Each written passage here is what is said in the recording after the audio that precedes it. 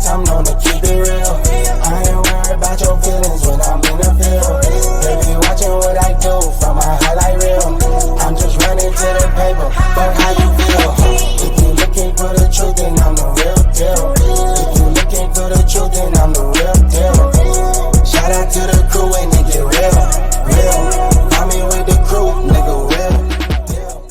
RDL going into week 5. What is up, everybody? This is the Real Deal League podcast. I got my boys here. How's everybody feeling today? Chilling. What's going on? Good morning. Feeling good, baby. Good morning. Good morning. Ooh, Yeah, man. We had a good game yesterday. Good game. Not expected to be a good game. Ended up being a good game. A lot of fantasy value there, which I think I said in this past episode that there wouldn't be. So, listen, let's get right into it, fellas. How we feeling? What do you guys think about Thursday night football? There will be no factors and actors this week. It was all on Thursday. All factors and actors were on Thursday. Yeah. I mean, no, you could have picked Terry McLaurin. 4 catches, 49 yards. It's like not even existent out there. How does Sam Howell throw the ball 51 times and Terry McLaurin only gets 5 targets?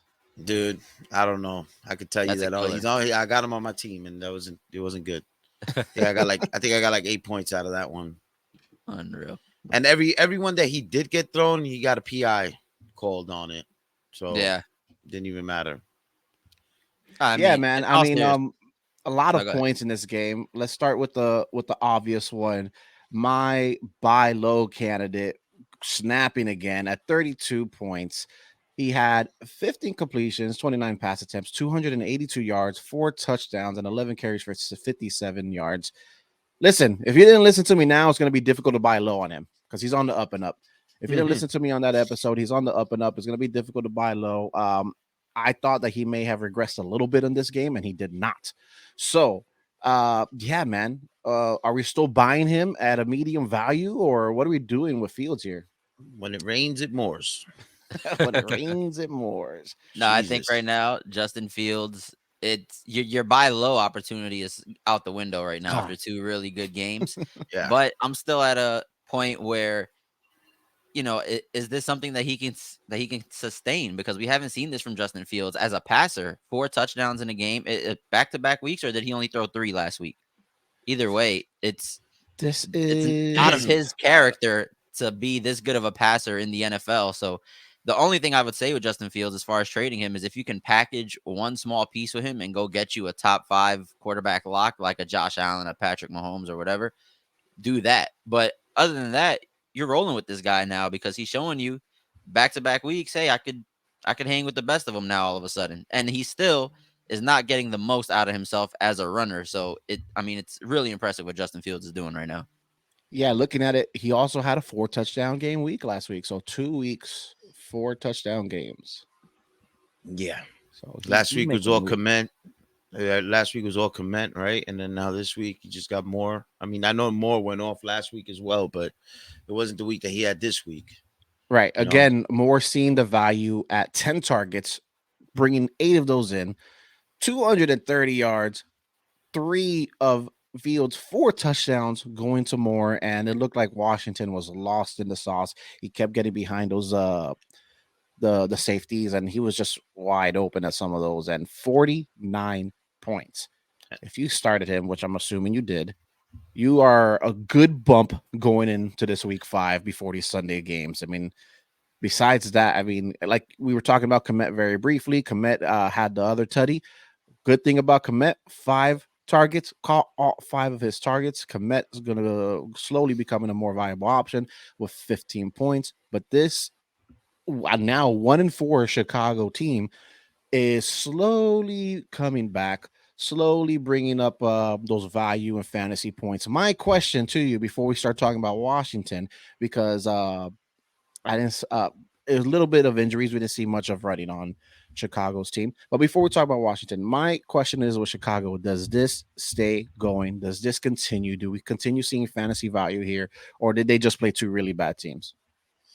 I think I was going to say, I think there's a pretty good chance that it continues because we get the weak Minnesota Vikings secondary, the weak Las Vegas Raiders secondary, and then the weak Los Angeles Chargers secondary coming up in 3 straight weeks.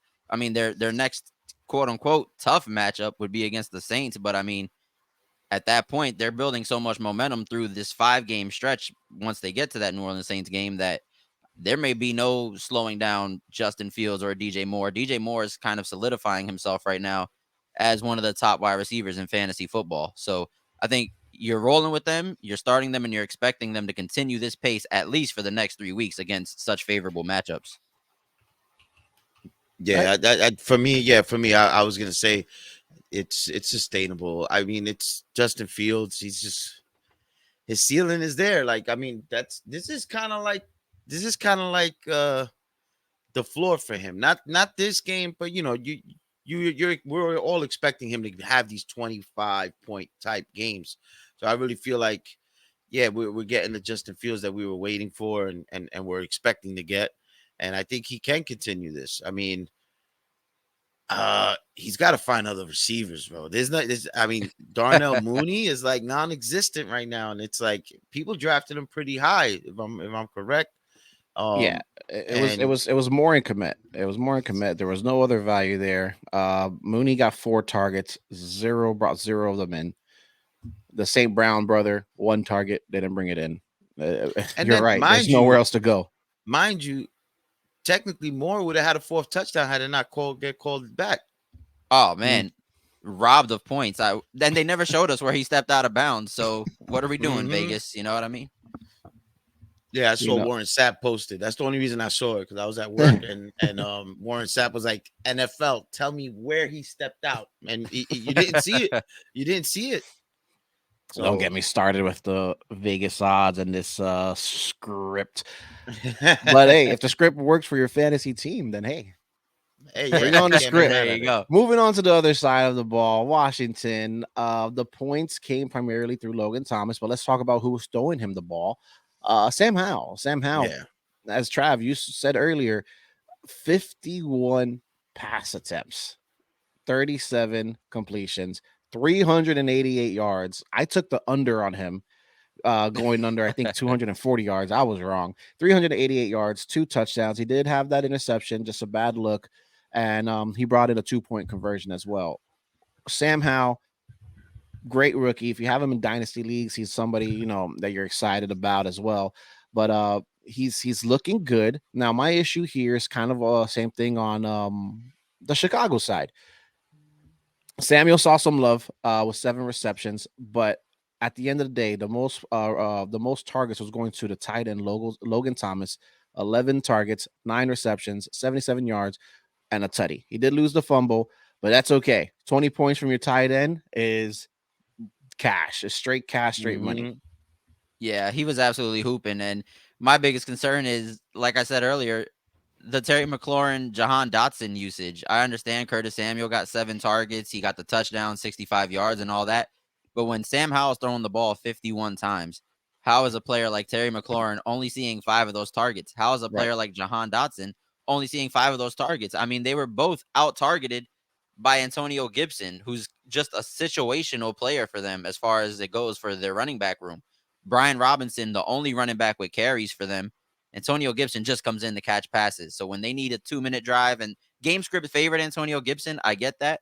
But it also should have favored guys like Terry McLaurin and Jahan Dotson. So the fact that they couldn't eat in a game where Sam Howell threw 51 passes, 388 yards, 2 touchdowns, it's a little concerning at this point. Yeah, man, I completely agree with that. And it's like you said, the 51 pass attempts and not seeing that these numbers are not as big or identical to what they had over there in Chicago. It's a little scary on the receiver end. But I mean, listen, let's talk about the highlight. Logan Thomas, you think he's going to end up as a top 3, top 5 tight end this week after Sunday's games go through? I don't know, because I'm looking at week 5 and I'm like, it's hard to pick up matchups because it feels like it's going to be a good weekend for fantasy. So as far as like tight end, I mean, top 10 maybe. Yeah, I would consider this probably be top 10. I mean, 20 finish. points. 20 is points a lot for a tight end. I know, but I just feel like it's going to be one of those weekends. I really do. I feel like it's gonna be one of those Sundays. So I mean, there's a chance he could still finish as the tight end one. Like these dudes ain't putting up points like that. Like maybe only Travis Kelsey, maybe, but I don't know. That 20 points is a lot for a tight end. I like what Logan Thomas did this week. Yeah, man. Every time Sam Howell threw the ball, and I'm going against Logan Thomas this week. I strategically picked up Sam Howell in the RDL league. Well, like 2 minutes before the game. It's because I just got tired of Burrow and I couldn't do it. But watch, Burrow's probably going to snap this week with my luck. But yeah, I picked up Sam Howell very late in the game because he's been putting up decent numbers. I believe it was over 300 yards last, or no, it was 290 last week, or what was it? 290 or 390? I don't remember his stats last week. Sam Howell threw for 290 against 290. Right. So 290 against the Eagles. I saw those numbers. I was like, I gotta have him on my team, and I gotta take the risk on starting him.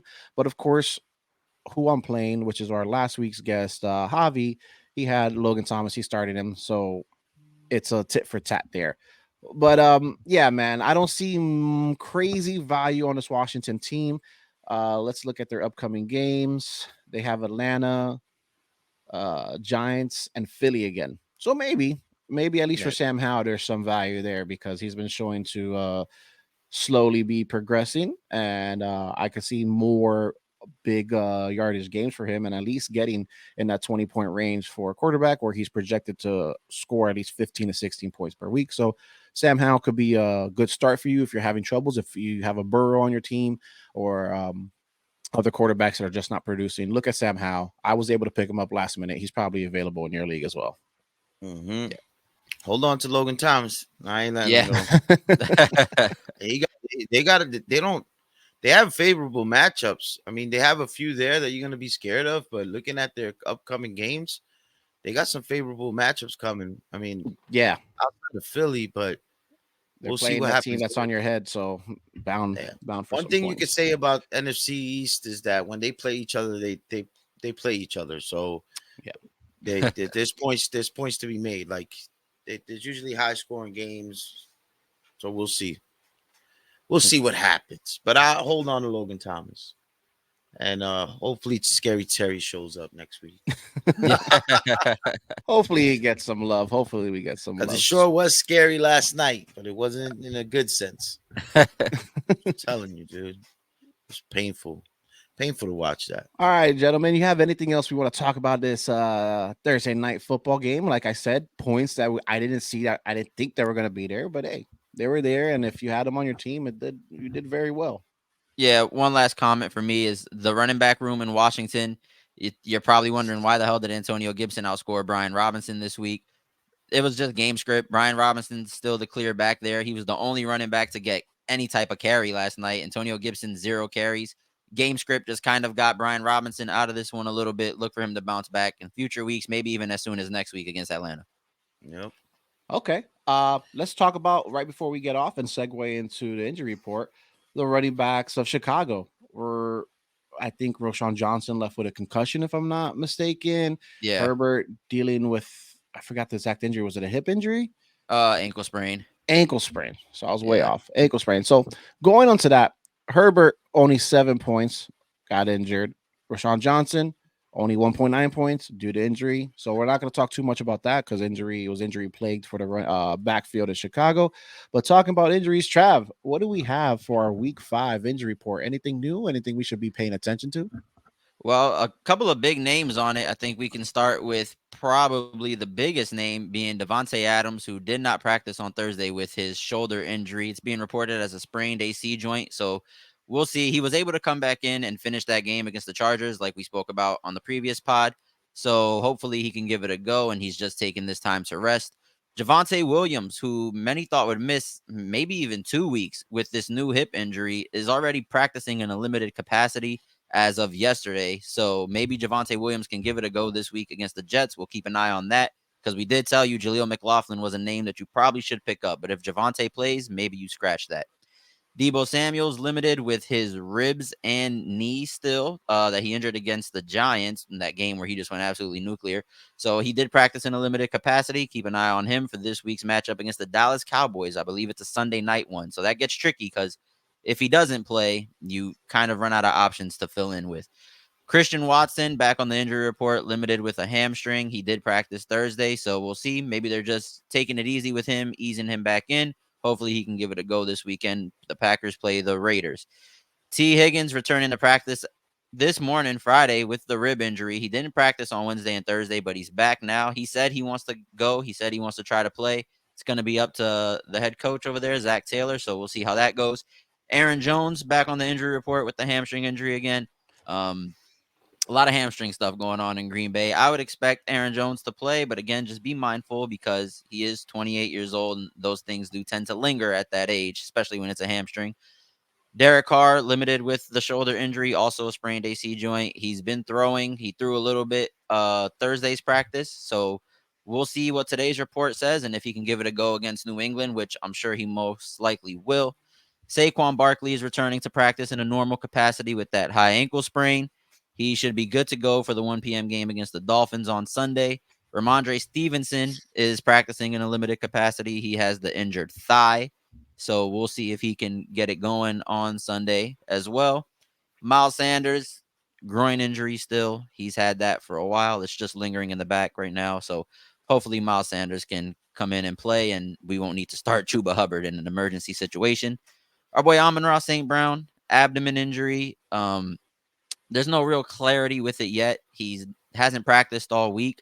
They're saying he might play, but keep an eye on it. Typically, when a player doesn't practice all week and it's a new injury, they may not give it a go. So just keep an eye on Amon-Ra St. Brown. You're more than likely late first round, early second round pick this year. And then Kyron Williams, limited with a hip injury. He said that he's going to give it a go, so he should be good for the Rams matchup this weekend. And that is it. Thank you, sir, for our week 5 injury report. Some big games to pay attention to there. Some late games to pay attention to there. So especially with bye weeks coming up, it's definitely tough if you have one of those late games and you're dealing with these players that we're not sure if they're going to play or not. It's difficult to know exactly who we're going to start and whether we take a risk on a St. Brown or somebody if they don't play. Week 5 bye weeks here. We have Cleveland Browns, Los Angeles Chargers, the Seattle Seahawks, and Tampa Bay Buccaneers. So please, for all our listeners, please keep in mind if you have those players on your lineup and you depend on RDL to set your lineup every week, to pay attention to these bye weeks with these players. So your Mike Evans, your Herberts, your all these players, your Jerome Ford if you picked them up. These players, be cautious. Make sure you're checking your lineups. We can't assist you with that because they're not going to play. We can't give you any value on someone that's not going to play. Speaking about value, speaking about great players and great managers and great people that come into a fantasy light, ladies and gentlemen, 3-time RDL champion, day 1 RDL manager, we like to welcome our week 5 guest, Mr. 3-time champ, Mike Wish. What is up, brother? What's going on, guys? All right, how you doing? Don't worry. Calm down, all right? I'll take my ring off, all right? Calm down. Show that bling. Look at that, man. Look at that. Looking like MJ over here, all calm and select. Real quick, that's good to show. In this league, we get rings and, they mean something. They mean something. Yeah, I am the commissioner for this league, and I do try my best to get all the players excited for every year, not just besides the pot that you win at the end of the year. This is our upcoming ring coming up right there for all our viewers. Right there. Who's it going to be? Is it going to go to you, or you? Somebody's going to. It ain't going to me. It ain't going to me. Keep that thing away from me. It is not. Mike, what's up, man? How you How's it feeling? going, How guys? you doing in all your leagues, especially the RDL league? How you feeling about this year in fantasy? As of right now, it's been a slow start. I'm split even in my other league. Obviously, in our league here, it's been rough. I've had Eckler on the bench the last 2 weeks, injuries. But I don't believe it's how you start in fantasy; it's how you finish. I mean, 100%. So Yes, sir. hopefully things turn around, and hopefully I get back on track. DJ Moore did help me out. Thursday night with doing that. Dropping almost a 50 piece. Yes, sir. And for some of us, 50 piece is like 3/4 of our points that we've been putting up. So yeah, exactly. Tell me about it. Fantasy this year, man. It's been really tough. A lot of injuries. I mean, at the end of the day, it's all luck, right? We can't determine that all these players are going to play well as they played the year before. We use our best analysis. We do as best as we can to get that information and research that information to pick the player we think is going to pop, watching preseason games and things like that. But you can't predict injuries. You can't predict these players that are, for example, like JT, that are just wanting to get paid and don't want to play for a certain team. We can't predict these things. I got Cooper Kupp and JT in my RDL league, so it's tough. And I'm 1-3 right now. Hopefully that changes for me because I'm getting these players back soon. But it's tough. It's tough to know when your player is going to pop, and it's all luck at the end of the day. But we're going to try our best throughout the season to give you analysis on exactly who you should be picking up, who you should be playing, who should be buying, who you should be selling, your factors and actors. That's what we're here for. Before we get into our buys and sells and our factors and actors for this week, go ahead and drop a comment down below on who do you think is a good buy, who do you think is a good sell, who do you think is a good factor and actor. See if it's someone that we talked about as well. Yes, sir. What are we leading off with here? I think we should factor and actor. You're first. Get me off the We're screen. doing. Are we going into factor and actor? Well, let's talk about the games first. Let's talk about the games this week first. Let's talk about our upcoming games. We'll give our boy Mike Wish a table since he is the guest. Mike, what's a good game for all our listeners to pay attention to? And if they have a player in this week, what's a good game to look at that's going to have fantasy value? I believe huge fantasy value is going to be put into the second highest total scoring game on the slate, and that's going to be the Eagles and the Rams. I know a lot of attention is going to be on Kansas City and Minnesota, for obvious reasons. True. But I believe, with Kupp coming back, that puts a whole different dimension into that offense for the Rams. But I really think that on both sides of the ball, especially throwing, I don't really think Philly's run game is going to be as potent as it has been up against the defensive front here and for the Rams. So you're looking for your Hurts to Brown connection, your Hurts to Smith. I think Goddard is going to have a huge week this week. I think that field is going to be opening up. The game of the week for me at 50.5 points is going to be the Eagles and Rams. Excellent choice. I mean, AJ Brown was the top receiver last week. We think we're going to see another performance like that or something close to it, or is Devontae Smith going to get some love?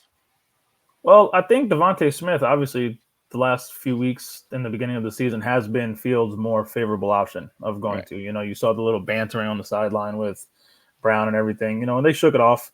But honestly, my favorable matchup for the Eagles is going to go to Dallas Goedert. I think he's going to be the most productive for Fields. So if you're looking to team up somebody in anything, it would be a Hurts Goddard connection. Okay. Hurts. Goddard right now projected in PPR formats to get around 8 points. I mean, for a tight end, I mean, that's kind of what we're just hoping for, right? Give me those 8 points. Give me your projection. But Mike, you're saying it's going to go higher than that. I mean, we still have AJ Brown in that field, Devontae Smith on that field. And I agree with you on the backfield. Although Swift gets his carries, he gets his love. That's just way too crowded, way too much going on.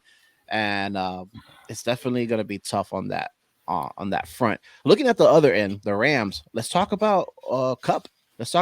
Are we going to see him come back and not miss a beat? Are they going to slowly bring him in? What do you feel about that, Mike? The beat between him and Stafford, I don't think is going to be missed because, they've had it. And, that was obviously arguably the best wide receiver quarterback duo last year. And to be quite honest with you, I think it's more so to do with Stafford, to be quite honest with you. If you look at Stafford's career, with Megatron and, whoever else he's had in Detroit, he has actually flourished those guys into some of their best seasonal, and look what he's doing this year here with Puka. Yeah. That's an excellent point. It's unbelievable. So I think from a fantasy perspective, everyone's going to have Kupp on their mind. Right. But that ball, and again, I'm going to go to the tight end for the Rams as well. I think the tight ends in this matchup are going to be two people that can open up the field that are going to have a lot of mining values. You know what I mean? Like a lot of people, They aren't really going to key in on them because they're going to be so caught up with Kupp coming back and everything else. But I like Higbee in that offense. If Williams' hip injury or his ankle injury, is not as serious as it is, I think that he's going to be a big part of that offense too, because he proved last week he's catching the ball out of the backfield as well for them. Brings a different dimension to that offense. But I would say Kupp's going to come back and he's going to do his thing. I mean, he's definitely going to get his targets for sure. But it could open up the field for Tutu at will as well. Do we worry about Puka Nakua's value, or is he still going to get his love? He's still going to get his love. He absolutely is. I mean, the guy's getting double-digit targets every single game. Everybody can't eat over there. Everybody can't eat. But, I mean, we're going to have to see a very high-scoring game, which you're projecting. Yeah. A very high-scoring game for everybody to eat on that Rams offense. Trav, what do you feel about that? I know you talk a lot about Puka Nakua and that Rams offense. How do you feel about that? What do you feel about Mike's projection here, and that everybody's going to eat? I like his Higbee projection. I like Higbee. I've been very fond of Higbee, but what do you feel about that receiving core? Because I know you were speaking about the injuries and you've been paying attention to Kupp, and how do you feel about all those going on over there? Yeah, I think I want to believe what Mike said. Like, I want to believe, excuse me, that it doesn't affect Puka Nakua in any way possible. But I do think there's going to be a concerted effort to not force the ball to Cooper Kupp, but to get him feeling like himself again as fast as possible. And I do think that could affect Puka Nakua. Now, Puka's been getting 30s and 20s, right? Do I think he's going to just completely fall off the face of the earth? No. I think we can expect maybe a more mild game from him, like a 12-pointer like he had in week 3. So meeting projections is fine with me. Yeah, exactly. And then he's projected for roughly 12 points, 11.97 to be specific. So I do think Cooper Kupp is going to get his. I think that's going to be the main focus of that offense, is getting that connection back on track. But Puka does take a little bit of a hit for me, but nothing too crazy. Obviously, like I said, don't expect a 30 from him again, but maybe that 12 to 15 range is enough to carry you to a victory here in week 5. Yeah, I agree. As long as we're reaching projections, especially with a player like Kupp coming back, and I think people need to keep in mind that Kupp was hurt, and then he wasn't hurt before the season, and then they said, "All right, let's hold off on this." Okay, so he's not coming like straight off injury. This has been recovering from before the season. He said it didn't feel right when the season was starting. They threw him on the IR. So I think he comes back strong. I agree. I think they try to force him the ball. They try to get him back in the rhythm. I like the fantasy value in this game. So I think that's an excellent pick by Mike here. Bruce, you have anything on this game? Yeah, I mean, for me, I feel like the love could be there for both guys. That's just my opinion. The funny thing is that they showed, I don't know if you guys saw it, but they showed him in like doing workouts, and Kupp moving them ankles, and then Puka came in and he looked a little like, he's young, he's a younger guy, so he didn't look like he was in rhythm, but Kupp looked like he didn't miss a beat, dude. He looks still good. And I like where you're going with the tight ends this week, Mike, because that's what I feel like this week is going to be a good week for fantasy, and you're going to see points being distributed. But as far as this Rams game, I feel like you could kind of have a Jay Jettis situation, right? Where Jay Jettis, he's going down the field, he's getting all the passes. He's not actually getting the touchdowns, but the other guys are. So that's where they could like coexist in getting fantasy points with each other, Right. And we got to remember, in PPR formats, we love the value of the target acquisition. Give my guy his targets. I love to see the 10 targets, the 11 targets. All those is very great. Even though you don't see the tutties, you see those targets. That's value. That's something you always have to pay attention to. Make sure that quarterback is looking at your guy on your lineup to get those points. Because look, I mean, for example, we go back to yesterday's game. Logan Thomas only had 1 tutty, but he threw up 20 points. So those targets are very important. So making sure that fantasy value is there. And I agree with you that Puka and Kupp are both we might not see the tutties for each player, obviously, because only one player can score a touchdown at a time. But those points with the looks down and them trying to force the ball, I completely agree with that. Great choice in fantasy value. Let's move on to another game. Trav, we'll have you up here next. what is your game of fantasy importance and that our viewers should be paying attention to? Yeah, it's going to be one that Mike sort of mentioned very quickly before he started talking about his, and it's the Chiefs and Vikings, right? I mean, there's fantasy value everywhere in this one again. We're looking at Patrick Mahomes, Kirk Cousins, the Alexander Madison, Cam Akers dynamic. How does that work? Isaiah Pacheco took full control of that backfield against the Jets. Does he build on that performance? And then I want to see Jordan Addison bounce back from the donut. We know Justin Jefferson is going to get his. I would like to see Jordan Addison get back on track. And then looking at these tight ends, the stars of their offenses, respectively, outside of TJ Hawkinson with Justin Jefferson. But Travis Kelce, looking for an explosive performance from him as well. This game's going to be in a dome, so we'll see how it goes. The weather should be perfect. Dynamic should be perfect. I want to see a shootout in this one. Let's air it out. Yeah. Let's shoot it out. Let's hear it out. How do you feel about that, Mike? Where's your fantasy value in this game? You know, Kansas City got a little bit of a wake-up call playing the Jets. We won't talk about the terrible refereeing and the terrible script that was written for the Jets that week. We won't talk about that. But I know the Jets, I know, you know, as a Jet fan, a lot of us here know as a Jets fan that the Jets have a good defense. It's not a fluke. We put Josh Allen, we made him look silly. We did the same thing to Mahomes. That's not a fluke. It wasn't an accident. It wasn't those players playing bad. It's our defense playing good. With that said, Minnesota doesn't have that type of defense. Where do we see the fantasy value here? Do we see Kansas City say, hey, we're better than that Jets team. We're better than this Minnesota team. We're putting up points. Where do you see the value in this week 5 matchup? I feel as if Kansas City is going to come out with a chip on their shoulders because, you know, of the talk of, you know, the Jets put them in check and so on and so forth. On the opposite end of that, I think Minnesota is going to need to win a game. Now, whether or not that's going to be, you know, with Cousins putting up as good as fantasy scores as he has and, you know, Jefferson doing what he's been doing, I'm going to revert again back to this game because this was the two that I was going to toggle in between. Okay. I'm going to stick to the tight ends again because you got huge tight end value in this game as well with Hawkinson and Kelce. Okay. Pacheco for sure can definitely maintain his rushing attempts and his productivity there. I don't think so. I think it is going to be a shootout. And like Travis said, you know, the team total here is 52.5. It's high as well. It is in a dome. Same thing with the Rams game that I touched upon. It's in a dome. I think these are your two most high-scoring games of the whole entire season. Well, not this season, but this week. And I think it starts with the tight ends again here.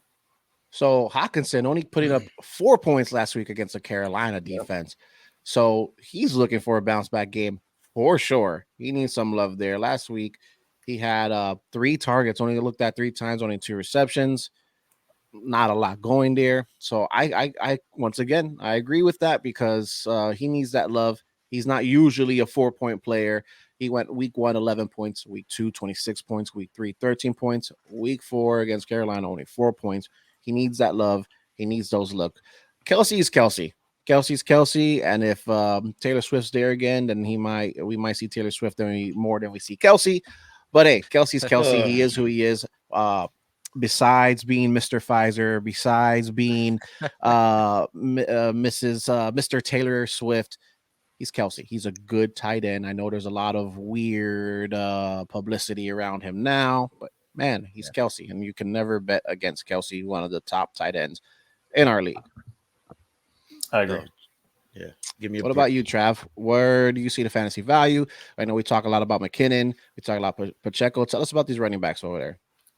Yeah, so I'm excited to see Isaiah Pacheco build on that performance against the Jets because, like you said, we are a good defense up there in New York, and he kind of just ran all over us. The big plays, even in the passing game, he had a 30-something yard catch early. So they're getting him involved in ways that he wasn't involved last year, and he was good for them last year. He's catching more passes this year. Last year, he only caught about 13.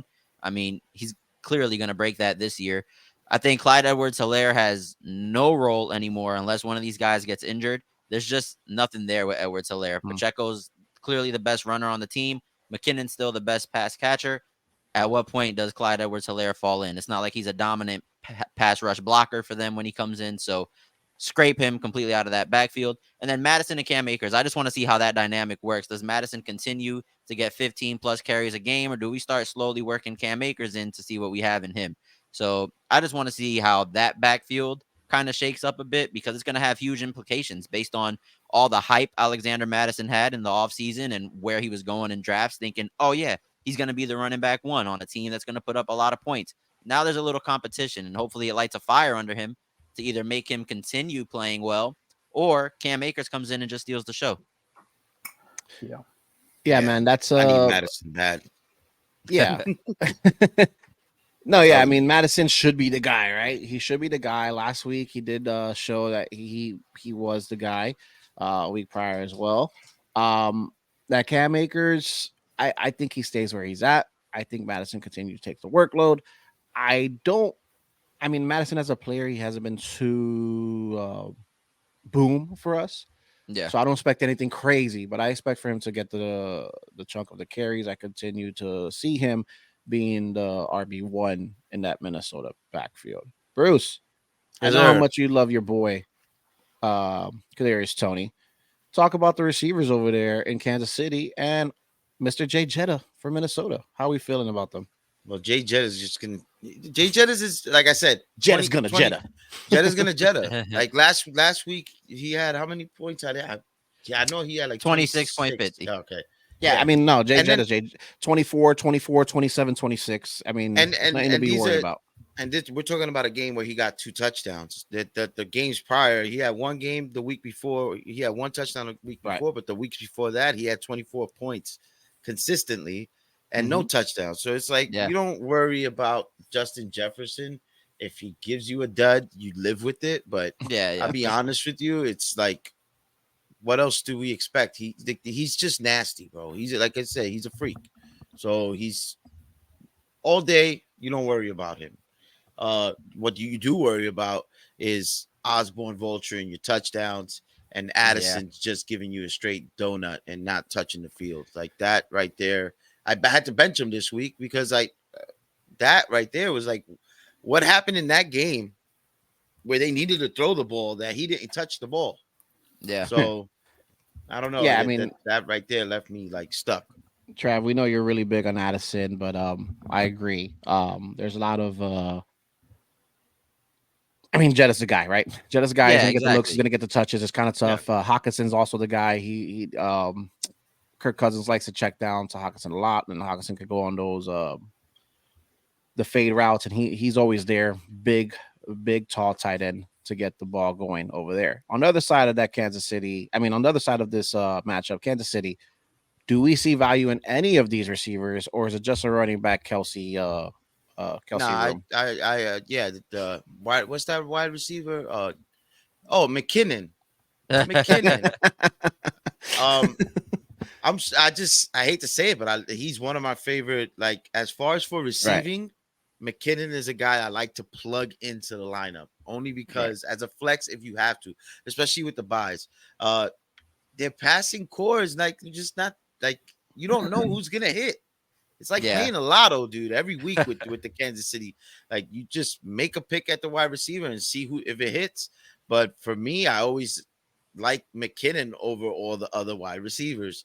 If it's not Kelsey, that's just it's who he looks for, in my opinion. So I really do. I want to see Sky Moore be the guy, of course. Do I want to see Toney catch the ball? Yeah, but it's.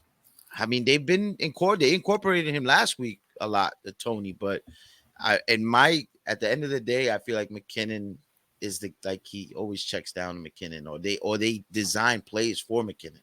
Yeah, he's in there. I agree. I see no fantasy value on the receiver end unless your receiver is a running back named McKinnon. I don't see the value there. It's very tough. Tight end, running back, and obviously Mahomes. He's not playing the Jets this week. He's played a little softer defense in Minnesota.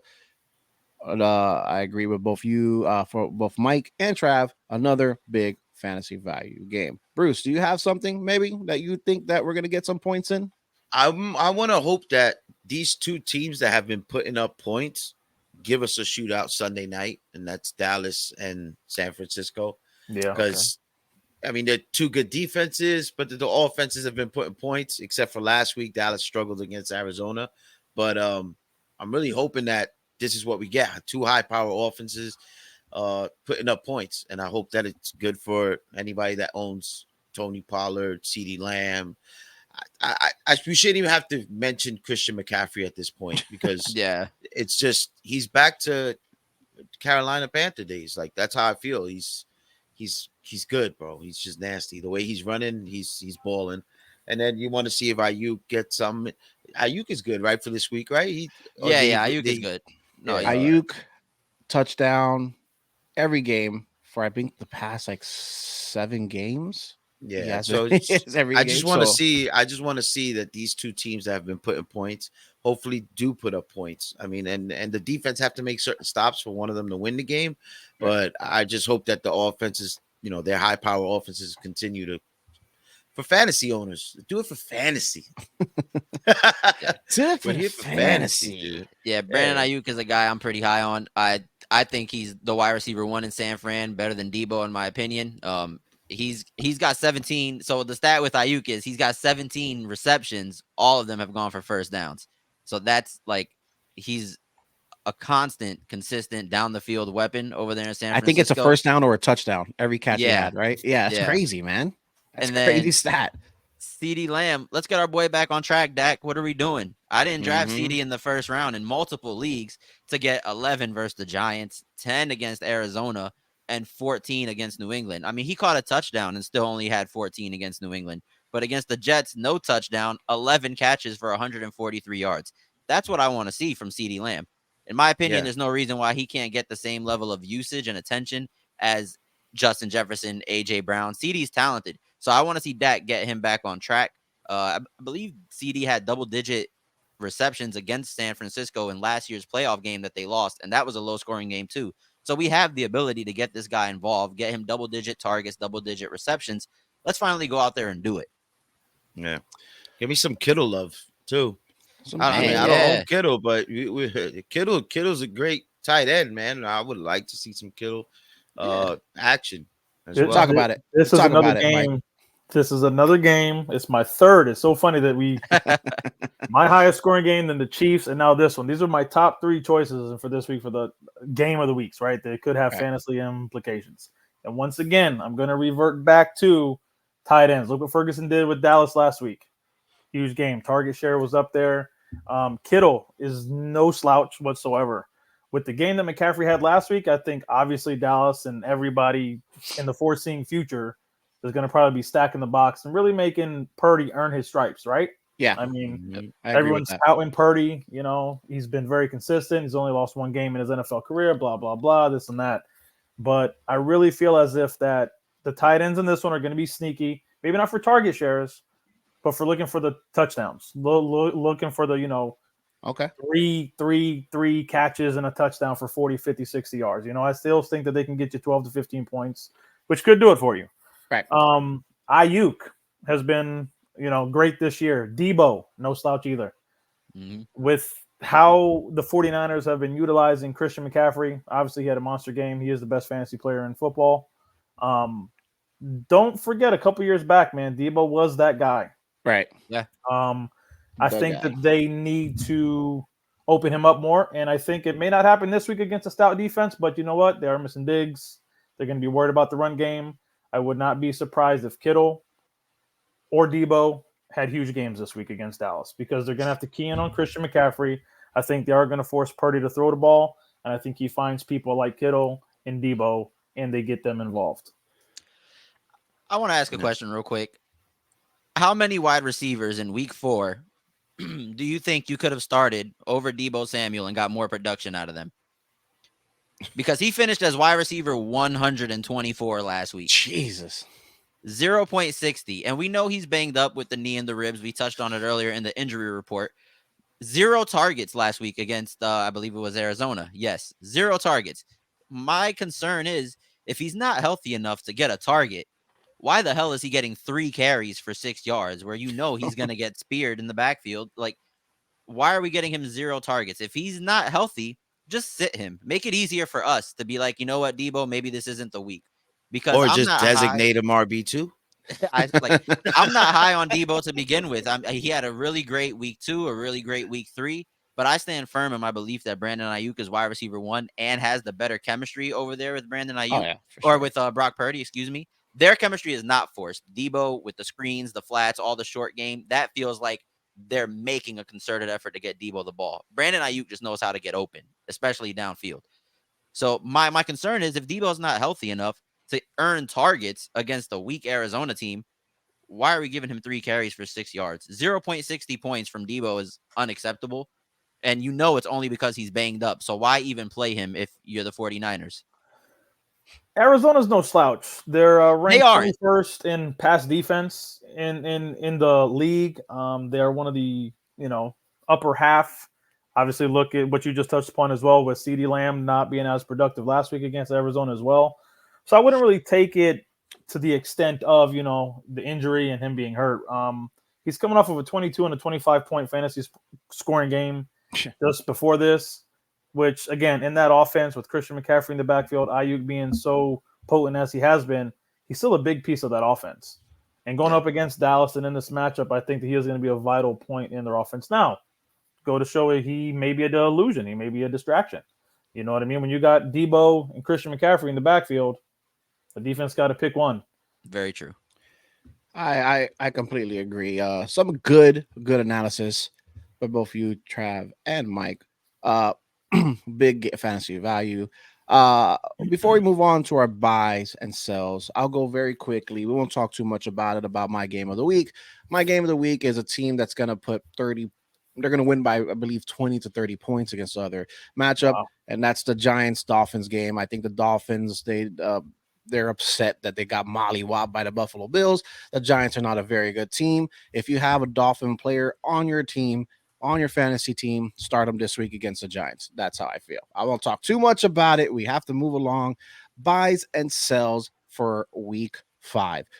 Who are players that we are looking at saying, hey, we need to get them off our team because the value's not there, or they're playing good now, but they're not going to continue playing good? And who's players that we want on our team? We'll start with you, Mike. Who is your buy going into week 5? My buy going into week 5 is going to be Josh Jacobs. With Garoppolo's injury, he showed last week that he was once again the focal point of that offense. He does bring that bell cow workload to a team that needs it. And honestly, they're also sitting there looking at a position in the NFL that a lot of people aren't prioritizing as of now. And I think that he last week for that team solidified his importance and his dominance in that. He was a leading rusher last year. Let's not forget that either. I think he's going to open up the pass game for whoever's in that quarterback. He's going to help Devontae. He's going to help Garoppolo or whoever it is that they choose to put underneath the center position. But my buy this week is going to be Josh Jacobs. Good, excellent. It's a good buy. I think it's going to be hard. It's going to be how are we able to buy him? Where do we buy him? At a high value, at a low value? Do we try to finesse our counterpart? What do you think we can give up for him that's not going to hurt our fantasy team too much? I think it just feels as if what your team needs, right? I mean, if you need a running back, if you need somebody that, like I said, that is going to get the majority of those carries, that bell cow back, if that correlates with the rest of your lineup, I think that you give up whatever it is that you feel as if it would help your team skyrocket, obviously, throughout the season. Yeah, I'll make a quick comment on Josh Jacobs real quick. He was my buy last week because he hadn't had the 28-point game against the Chargers yet. He was coming off a 9, 9, and an 11, and I had tried giving people Chris Godwin and Raheem Mostert. I tried to sell Raheem Mostert high because we knew that was the plan all along with Mostert. Let him pop, get rid of him. I tried to sell Godwin and Mostert for Josh Jacobs. It didn't work. I guess this person just saw the future and knew that this was the week Jacobs was about to pop off. But I love him as a buy candidate. The price has changed a little now because of this game that he's had against the Los Angeles Chargers. But again, if you can find a way to get Josh Jacobs on your team, I completely agree with Mike. All right, Trav, while we have you on the screen, what is your buy for week 5? Well, my buy is going to be another running back, and this one's going to be David Montgomery, who clearly is the main guy over there in Detroit. Jahmyr Gibbs owners are in pain. They are in shambles. I am Jahmyr Gibbs owners. Jahmyr Gibbs owners are me. 32 carries against the Green Bay Packers on that Thursday night football game, 121 yards, 3 touchdowns. The issue with trying to buy David Montgomery right now is this is not a player that, I mean, the price is through the roof for him at this point. He came back from the injury and they gave him 32 carries and only gave Jahmyr Gibbs 8. If that doesn't tell you how they see this backfield, exactly, yeah. If that doesn't tell you how they see this backfield, I don't know what will. David Montgomery is going to be a guy that's going to win you playoff games, and he's going to get you to the playoffs if you're able to get him. The problem is, what's the price? You have to give somebody a solid running back, and if they need quarterback, tight end, wide receiver help, it has to be a package for David Montgomery, because this is not a player that you can go get with just one piece right now, in my opinion. He is somebody that's going to finish as a top 10 running back, and I believe he's RB10 right now anyway, averaging 19.97 fantasy points per game. So David Montgomery is my buy. Go get him if you can. Yeah, man. I mean, it's kind of obvious with Montgomery, man. Pay what you need to pay for him. He's the guy. He's the workhorse. I suggest if you're either a middle tier team, maybe, and he's not on your team already, go ahead and pay what you need to pay for him. You probably have some value on your bench that just been sitting there, and go ahead and give that player up that you may want to stick in your bye week slot. Give him up to get this guy. Make your team a better team, to make your team a Super Bowl winning team for your fantasy year. Bruce. Yes, sir. Who we buying? Buying Jameson Williams, especially right now. Yeah, especially right now. He's coming back, but especially right now, we don't know what's going on with Amon St. Brown. He's questionable right now with the abdomen injury, and there hasn't been any updates yet. He hasn't been practicing, and I feel like Jameson's, you could probably sneak him in, but I think after possibly this week, especially if Amon-Ra isn't in, he's gonna be you're gonna want to buy him. You're gonna want to buy him before he gets too expensive for you. Now, he didn't play much last year. The one game that he did play, he had 2 targets, and I think he had a 40-yard touchdown. That's it right there. Right there. So, yeah, man. He's technically a rookie. How crazy is it that 2 of our buys are on this Detroit Lion team? What a turnaround for this team after being on Hard Knocks and being able to upgrade their offensive side of the ball. It's crazy that we're talking about value here on this Detroit team, which usually doesn't have that value there. Yeah. But I think this is going to be one. I honestly feel that even that, look at that was on a sweep. Right. Like I feel like he's going to be the guy there. And I think if you could buy. I'm kind of glad that I got him in one lineup, because I have Amon-Ra, and I had literally had him in the bench for this reason, just in case. Yeah. So we'll see what happens. Yeah. What man, about you, sir? Another good buy. I'll be very quick on my buy due to our time restraints here. My buy is going to be more of a hopeful, wishful thinking buy. I'm talking about Mr. Jamar Chase. It's not him, because as he says, I'm open. He said, I'm open. I'm always open. I don't know what's going on elsewhere, but me, I'm open. You could buy him low. You could tell the counterpart that you're buying him from, say, hey, listen, man, Burrow's trash, and it's not gonna get any better. Let me get him. Here's some 2 middle tier receivers, or maybe receiver like that we don't think is going to continue doing all that love, and you want to sell them off your team. So I'll kind of to make this a little quicker, I'll kind of bundle that here. You could do Jamar Chase and sell a player on your teams like George Pickens. With Deontay Johnson coming back, Pickens is not going to get too much love, because Deontay Johnson is that guy, and he's going to be coming back in a week or 2. So for me, you got to buy Jamar Chase. Buy him low. Do not spend anything crazy for him, not even a mid-tier player. Don't try your best to sell him as low as you can, because it's more of a wishful thinking, because Burrow is just not good right now. And Burrow's saying the worst is behind him. The injury is behind him. So let's hope that that's true. Let's hope that fantasy value comes back, and let's hope that you can get Jamar Chase for pretty cheap. And like I said, with my sell on my end, when Deontay Johnson comes back, package Pickens there. Say, hey, Pickens, he's doing good. He's been playing good with Pickett over there, and we're gonna have some value there. You can go ahead and value that there. So that's my buy and sell. I went ahead and packaged that for you to make it a little bit nicer. I gave you what you can get Jamar Chase for, but at the same time telling you my sell of the week. What about you, Mike? Who are we selling? I'm gonna jump straight to it, and I'm gonna go ahead and say Jonathan Taylor. Hey now. Yep, I know you own him. Listen, a guy who rostered Zach Moss when that all went down, and his productivity is there. The first game that Richardson came back off of his concussion, Moss took a hit. The goal line carries, the goal line touchdowns. I don't see that changing, even though Jonathan Taylor is in the backfield. You're going up against the Titans' run defense that is stout, number one, and I think that's more so why it's a selling point now, because I think his first game back, he's not going to be so productive. Agreed. So I think that's why now you might want to sell him now. I'm not saying that he's not going to be a good fantasy option, in weeks ahead. But as of right now, with what the Colts got going on with Richardson running the ball, throwing the ball, his connection with Pittman, I'm selling Taylor. He's taken away goal line carries from Richardson, has taken those away. And it's proven with the production of Moss as well, within the first game back and that he's in now. And I'm just a little skeptical of Jonathan Taylor. I completely agree with that. I do own him in the RDL league, but I am very skeptical. I tried to sell him earlier in the year, but everybody's not buying because everybody feels the same way you feel, Mike. We don't know what's gonna happen. Is he gonna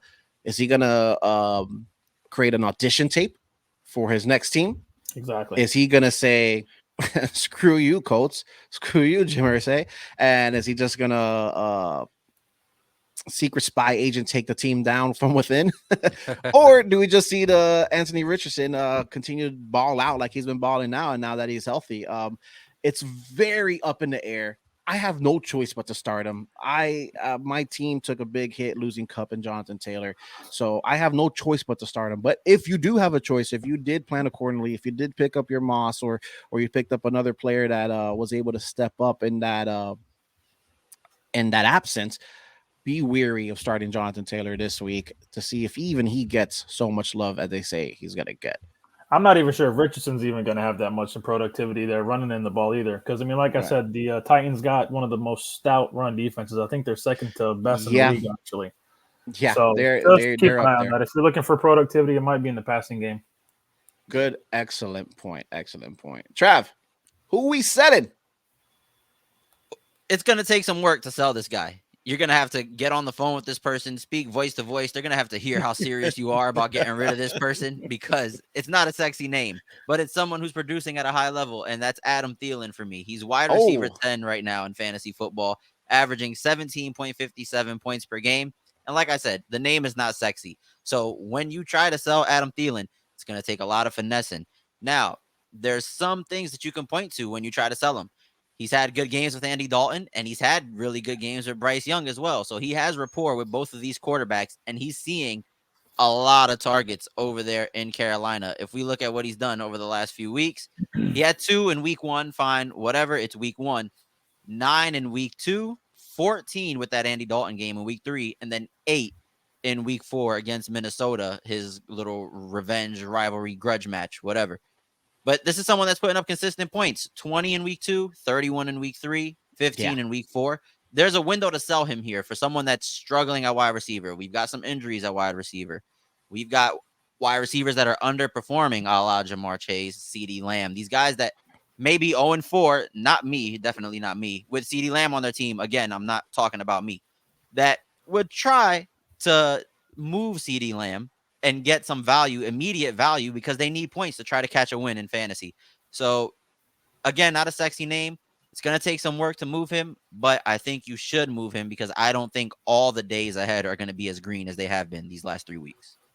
Okay. Yeah, we weren't very high on him here on RDL, but he kept out proving us older in football years, receiver that is putting up fantasy value. Yeah. So excellent point. I think I'm in the middle there with that choice, but if you can't get him off, because you probably drafted him late or you picked him off the waiver wires, if you could get him out, get him out. Bruce. Yep. For me, I don't. You guys probably not gonna like this. I'm sorry. Ghost, give me your sell. Who you selling? Oh, hey. All right. Go ahead, Bruce. Who you selling? Derrick Henry, bro. Okay. I just feel like we could get Derrick Henry off. You could find something that you're missing on your team if you have depth at running back. I don't know, man. As much as I like Derrick Henry, I feel like he's gonna have some issues going down towards the end of the year, facing some of the games that he has. So I feel like if you could unload him, especially if he has a good game this week, I would just unload him and just get something that you're missing on your team. He is throwing pass touchdowns now. Yeah. Is he? Yeah. If you need a quarterback, you might need a quarterback. No, I just feel like he's somebody that you could sell and get some value back out of it for something that you're missing. I don't think he's gonna have like Derrick Henry's Derrick Henry, but I feel like later in the year he might have some tougher defenses to deal with. So it might be somebody you want to unload and get something that you're missing. Derrick Henry, 13 points first week, 18 points. The low value game against Cleveland, 2 points, but then went back with 24 points. This is but that's how you sell him, right? Because he's like, that's how you sell him. Hey, listen, he does this every year, man. Last year he started off slow, and then you see he's gonna beat Derrick Henry again. But for me personally, I would unload him. You get something value that your team might just be missing. And Ghost feels the same way. He just jumped up when you said that. He said, "What? Yeah, man. Derrick Henry is one of those. Here's my issue with selling him. You probably drafted him pretty high, right? Yeah. So unless you had some very good waiver wire acquisitions, who is going to be that plug-in for you? I think you can only sell him if you made, call it luck, call it intuition, call it doing your research, call it listening to the RDL podcast, but you may have picked up a running back to fit in very well there, and you could get Derrick Henry off your team because he put up 24 points last week. You could sell him. I can see that you can sell him. Talking about selling, we talked about buying. Now let's talk about our personal feelings on who we feel in week 5 that is gonna be a factor or an actor. Factors here on the RDL podcast. We're talking about players that are going to outscore their projections. And we're talking about not just by a little bit. If they're projected 13 points, they're going to get 13.5 points. Negative. We're looking for the booms in our actors. In our factors. We're looking for the bust in our actors. Mike, who is straight facting on the factors for week 5? My factor for this week is going to be Calvin Ridley. Okay. I think with Tre'Davious White's injury there to Buffalo, with Buffalo putting up the points that they have always had, I can see Jacksonville playing from behind. His target share has dropped, but then again, that's going to Kirk, which is, obviously that's okay too from a fantasy in perspective. But I think Calvin Ridley has a bounce back week this week. I think he gets more than his 2 targets that he got. I think they are going to try to feed him the ball. The only concern in that game to me is the weather. I look into that as a factor in my fantasy week. Across the pond. Yep. It is in a dome though, which is weird because and I do believe it's in a dome, but I don't know if they're going to open it because it is a soccer field or a football field, whatever they want to call it. But I think my factor this week, I think him and Trevor Lawrence get on pace, get on track. I'm hoping that obviously because they're part of my RDL team as well. Yeah. But I really do think that they take the aggressive motion to get him the ball without Tre'Davious White sitting there. I mean, you're looking at your best cover corner, and he's gone now for the season. They're going to probably be playing from behind. Points are going to need to be put up, and I think they look Ridley's way. Yeah, Ridley has not been producing crazy numbers after that first week 1 game. We expected this to continue throughout the season. I believe early on in our first couple podcasts, we spoke about this as well, that really is going to be a monster. And then he made us look silly, putting up 5 points in 7-point games back to back, still going under projection. So just so you know, Mike, Ridley has not met projections after week 1. He has not met projections. I have been fully aware. So here's a good thing. Here's a good thing there. It's his lowest projection since week 1, with 12 points in the PPR format. I see that easy. I see him easy outscoring that projection. I like that actor. Yeah. Trav, how you feel about that actor and who's how you feel about that factor, and who's facting for your team? Yeah, I feel good about Calvin really having a bounce back week. He can't keep having weeks like he's had the last 3 weeks, especially with 2 targets. That just doesn't make sense to me. Right. Let's root for Calvin Ridley. My factor this week, keeping it short and sweet, Jalen Waddle against the New York Giants. He is currently projected to get 11.87 points. We're waiting for that Jalen Waddle pop game. He's on one of the best offenses, if not the best offense in football. It has to be this week against the Giants. It just has to be. So, Jalen Waddle, I'm looking for you to finally step up, get more than 4 catches in the game, or get a damn touchdown. Let's do something. Let's show signs of life here if we have Jalen Waddle on our team. Yeah, I think everybody eats on that. And you know me, I try not to be biased on this podcast because we're talking about football and fantasy football. It's not about the Jets. And because they're rivals, I don't like to talk too much about them. But yeah, I see it. I see everybody eating on that Dolphins team. Waddle, an excellent pick. Hopefully he comes back strong. But my only issue there, and Mike, you kind of spoke about this well, they brought in Chase Claypool. Is there something that maybe we don't know? Yeah, I don't think so. I think there may be something going on in that wide receiver room. You saw Berrios getting a lot of targets last week as well. Yeah. We don't know the severity of Waddle's concussion. You know what I mean? We already know how they handled Tua's concussion protocol last year. We don't know what's going on there with that training staff. Chase Claypool, I think, is a good signing. I mean, he's a good, young, big, tall receiver. Right. Nothing what the Dolphins have now. It brings a different dimension to that offense and a different receiver room. But we'll see what happens. I mean, you know, the Dolphins' run game has been up there. So yeah, each week, I think week in and week out, it's going to be tough. And like I said, it is hard for me to say this now, being a Jets fan as well. Week in and week out, it is going to be hard for a defense to know where the ball's going. You know what I mean? Are they going to be running the ball 25, 30 times a game? And then that sets up everything else in downfield for Waddle and Tyreek and now Claypool. And, you know, but the Claypool signing, it does mean something's there. A team just doesn't make a early season trade for no reason like that. I mean, it's not like they're in dire need. It's not like they're trying to make a playoff push or anything like that. So for them to do that this early in the season, to me, it shows that there's something may not right there. Agreed. And Trav, with that Waddle, you know, I have to shine the light for everybody. Another player, Waddle, has yet to meet his projections all season. Yeah. Projected for 11.8 points. Let's see if he can now do that with Mr. Chase Claypool breathing down his neck. I mean, listen, Bruce, we're here talking about the Dolphins, just slamming on that Giant team. So we'll go to you next. Who is your factor for week 5?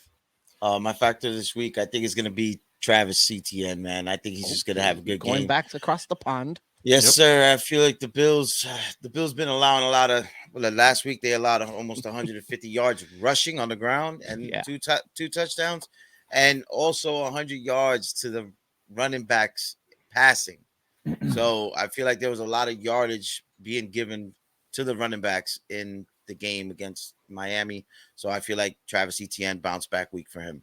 Man, I don't know if Ghost doesn't. I don't think he's feeling that pick. Yeah, he got up and or loves your picks. But every time you make a pick, he got something to say. He's coming up. He was like, "Let me get out of here." Yeah, man. The thing about that London game is, number one, I like the London games because I like waking up in the morning, having my coffee. For me specifically, I'm at work. I start work pretty early, but I got something to watch at work. On my breaks and things of that nature. So I like these 9 o'clock games. Travis Etienne, good pick because Buffalo led a chain, whatever his name is, however it's pronounced, have a field day over there. So excellent pick. He is PPR formats, 13 points. He has met or outscored his projections twice in week 1 and week 3. Did not meet projections last week against Atlanta. We look for him to have over 13 points against Buffalo, so he could be factoring for Bruce's team. Yes, sir. For me, my factor, I'm going with a homer pick. We talked too much about the Dolphins today. I'm going with another team going against the fantasy punching bag, Denver Broncos. My factor is going to be Breece Hall. This is why. Brees Hall, we were told by Robert Saleh that he is unleashing Brees Hall. No more snap count. He's going to get the love. He's going to get the carries. So I expect for him to not lie to me and for Brees Hall to tote this ball a lot, open up the field for Zach Wilson, who showed his progression last week against a very good Kansas City team. Yeah, we're gonna get the ball open where he's gonna have a tutty. I stamped that. Brees Hall is gonna have a tutty and a big run. I stamp both of those. A big run that constitute, I don't know, maybe 25, 30-yard run. And a tutty. I like it for Mr. Brees Hall. Brees Hall's a tough one when we come about talking about players who have not met projections. He met his projections week 1 against Buffalo with 15 points. Outdoed his projection with 15 points. Since then, he hasn't had a 10-point game. He's been under 10 points since then, even against Kansas City. Straddling 10 points with 9.9 points. This Denver team is a bad team, as we saw against the Dolphins, who made a field day against them. Even though they got that win against the Bears, still the fantasy value was there, and I think it's going to continue. There's a very bad defense over there, and it's going to be somewhat of a revenge game for the Jets. We want to make them look silly. Brees Hall, I have him factoring. Let's see, 10 points. I see close to a 15, 18-point game. I think he goes off. Absolutely. Buy Brees Hall now. Buy. There's a buy for Brees Hall. Moving along, we're done with our factors. Comment below your factor for this week. Let's comment before the week so we can go ahead and comment back to you, reply to your comments, let you know how we feel about your factor for week 5. Moving back to the 3-time champ, RDL champ, Mike Wish, who is not going to meet projections for week 5. This one here may be going out on a limb to a lot of fantasy owners and to people out there listening, but my actor this week is going to be Bijan Robinson. Oh, he has been crushing it. He has been crushing it. I mean, I know his talent is undoubtedly there. But again, I'm looking for a game script here, right? I'm looking for what he was going into. You got DeMeco Ryans. The Houston Texans are on a incline right now. Yeah. They're on the up and up. DeMeco Ryans, defensive-minded head coach. The Falcons' pass game has something to prove here. They've been in shambles lately.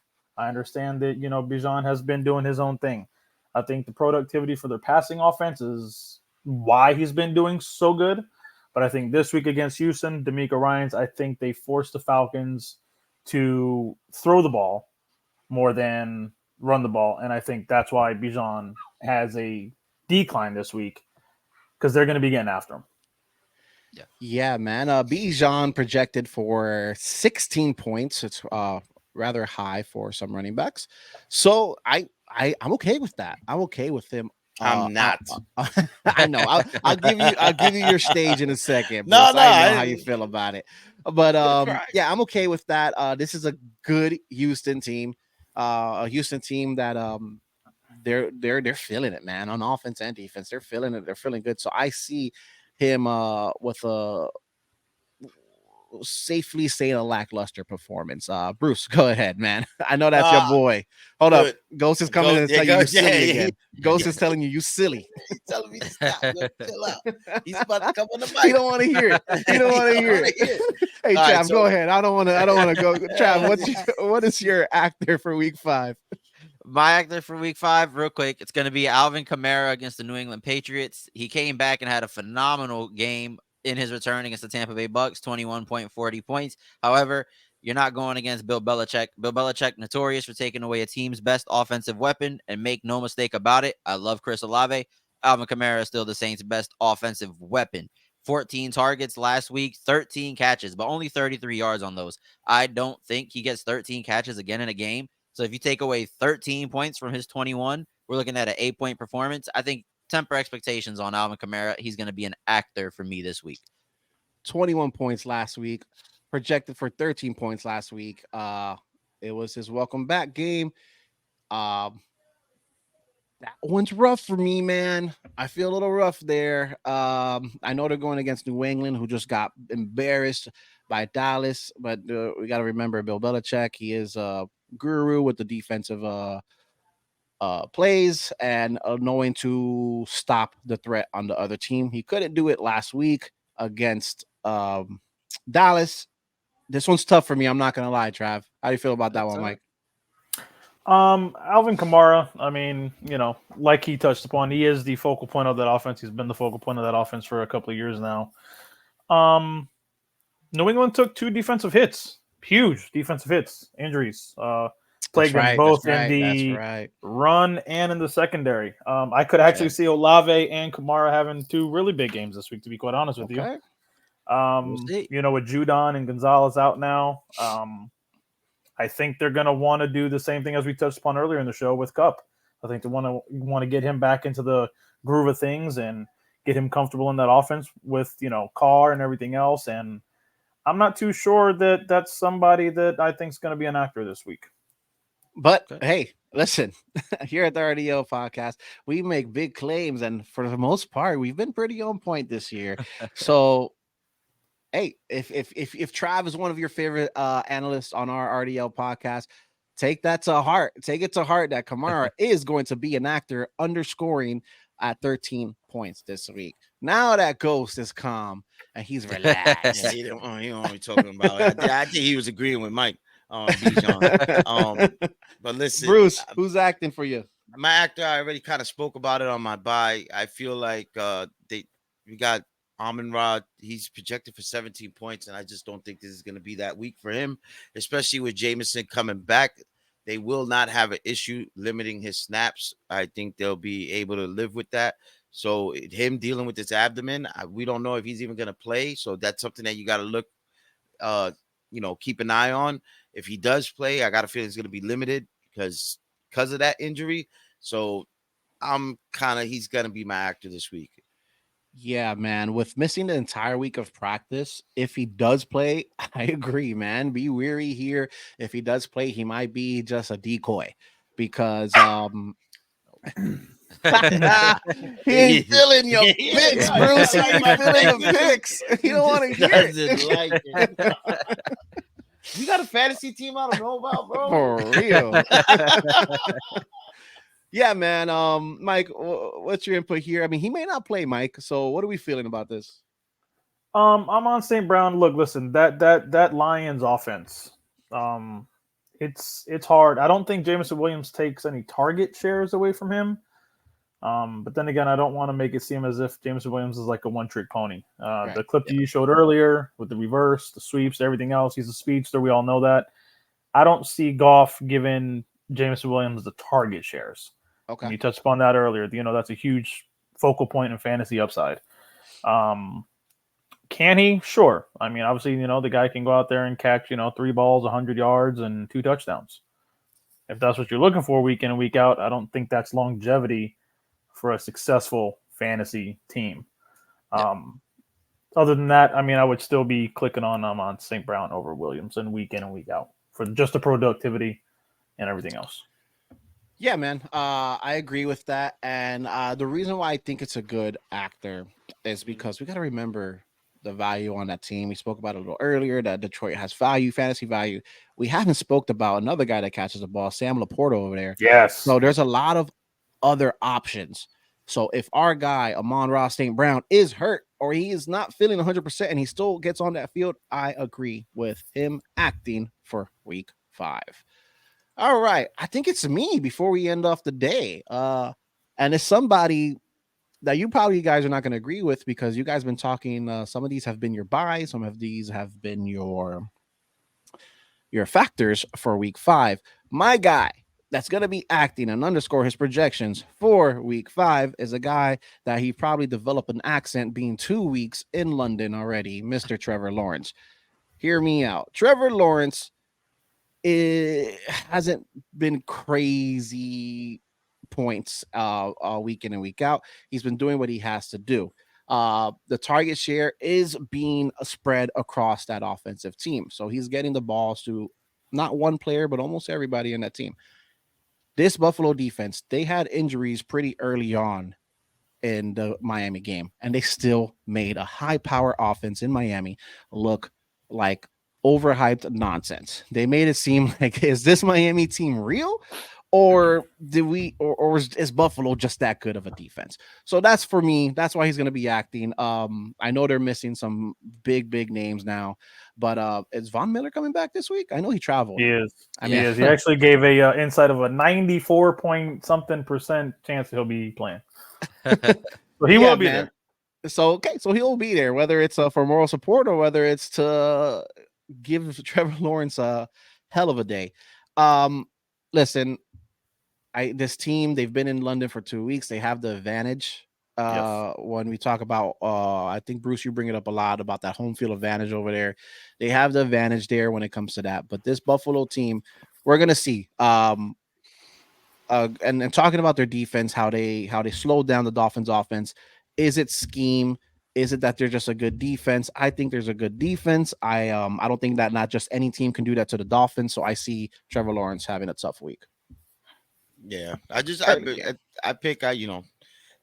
it's the Jags are rested over there. That's the only reason I picked them. But I just we'll see, man, because Von Miller's a game changer. So we'll see what happens with that. But that's the only reason. The Jags were out there all week, and it's their home. Duval County in London, dude. Yeah, I mean, but it goes back to the point where your Travis Etienne pick. I think he has trouble. I think they try to run the ball. So yeah, man. All right, ladies and gentlemen here for RDL Podcast. Mike, thank you for joining us this week. I for sure want you back on again this season. You had some great analysis, great guest here at the RDL Podcast. Gentlemen, anything you guys have to leave off with? Real quick, Mike, since you spoke highly, yes or no? You spoke high. You've been speaking highly about tight ends all podcasts. Do you think Logan Thomas top 5 this week, or do you think that there's going to be points on the board that maybe top 10? I could probably see him like the 6 to 8 range. I mean, like I said, every single game that we touched upon in this podcast today has all good tight end value. Yeah, that's how I feel going into this week. That's just right. The Chiefs, that's Vikings, pretty strong. We're saying that 49ers game. Between 5 to 6 players tight ends are gonna score 20 points or more. Mm-hmm. Yeah, that's big. That's big. Man. Well, we gonna see. I would like to say at worst tight end 4, but we'll see. It's gonna be interesting. Tight end 4. I see him top 5. That's a lot of points, and Sam Howell loves him. Some Logan Thomas, but I agree with Mike. A lot of good. Hey, and don't sleep on Conklin. He's coming up. He's coming up as well with Zach Wilson learning how to distribute that ball better. Yeah. We are Jet fans here. We have a Giant fan here. All 4 of us live in Florida, so we have to deal with the Miami Dolphins hype, but it's okay. They are. We like, once again, we are not biased here. We talk about good players. We talk about fantasy players. What's going to asset your team? What's going to make your team a bad team? So listen to our actors, listen to our factors. Comment down below. Ladies and gentlemen, great week 5 show. We'll see you after Monday night's games. Later, guys, and thanks for having me.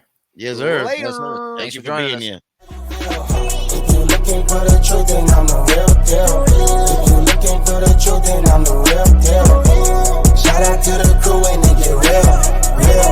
Find me with the crew, nigga, real deal. You not on the team, boy, you on the bench. You not in my league, how I'm on your neck. Hey, I heard you working out, we don't hurt yourself. My pockets by the flex, your pockets gotta stretch.